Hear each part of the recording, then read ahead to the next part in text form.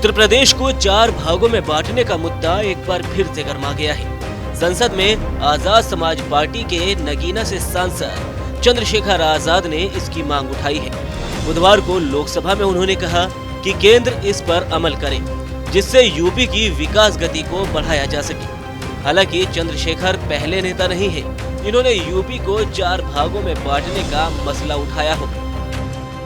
UP जब एक बड़ा राज्य है, लेकिन यूपी में भाजपा सरकार की विकास गति बहुत धीमी है। हमारी सरकार से, केंद्र की सरकार से मांग है, हमें यूपी की सरकार की चिंता नहीं है, लेकिन यूपी की जनता की चिंता है। मैं मांग करता हूं कि यूपी को 4 भागों में विभाजित किया जाए। चंद्रशेखर से पहले बहुजन समाज पार्टी की मुखिया मायावती भी इस मुद्दे पर काफी मुखर रही है। 2011 में मायावती की सरकार ने यूपी विधानसभा से इसको लेकर बाकायदा प्रस्ताव भी पास कराया था, लेकिन केंद्र की बेरुखी की वजह से ये अमल में नहीं आ पाया। ऐसे में सवाल उठ रहा है कि अब फिर से मायावती के इस प्लान को चंद्रशेखर क्यों तूल देने में जुटे हैं। फाइनेंस बिल पर लोकसभा में बोलते हुए चंद्रशेखर आजाद ने कहा कि उत्तर प्रदेश को बजट में कुछ भी नहीं मिला।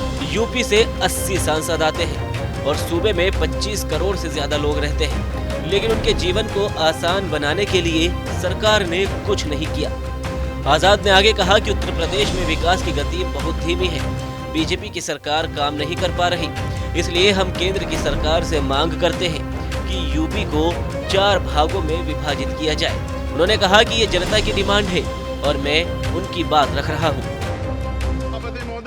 उत्तर प्रदेश देश का सबसे बड़ा सूबा है, उसको इस बजट में कुछ नहीं मिला और बहुत सारे मेंबर, 80 के लगभग हम मेंबर जो है उत्तर प्रदेश जीत के आए, ना के बराबर मिला। यूपी में 25 करोड़ से ज्यादा आबादी है। उत्तर प्रदेश के अंदर 5 किलो राशन सरकार दे रही है, लेकिन जीवन जीने के लिए काफी नहीं है। और भी बुनियादी सुविधाओं की जरूरत पड़ती है। अगर इज्जत की जिंदगी चाहिए, उसके लिए सरकार के पास कोई उपाय नहीं है।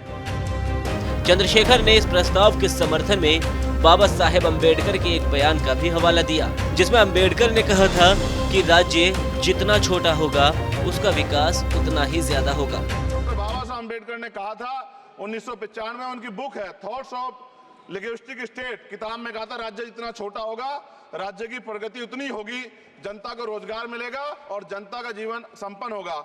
मोदी 2011 में तत्कालीन मुख्यमंत्री मायावती उत्तर प्रदेश को 4 भागों में बांटने का प्रस्ताव लाई थी।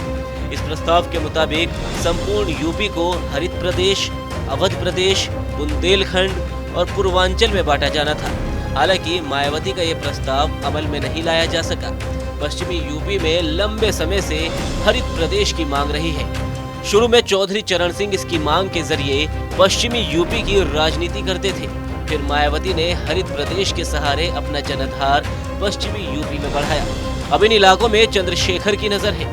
चंद्रशेखर नगीने से अकेले लड़कर चुनाव जीते हैं। पश्चिमी यूपी के सभी 22 जिलों में दलितों की आबादी करीब 20% है, जो जीत हार में बड़ी भूमिका निभाते हैं, खासकर सुरक्षित सीटों पर। पहले ये वोट एक तरफा मायावती को मिलता रहा है, अब इन वोटों में बिखराव हो गया है।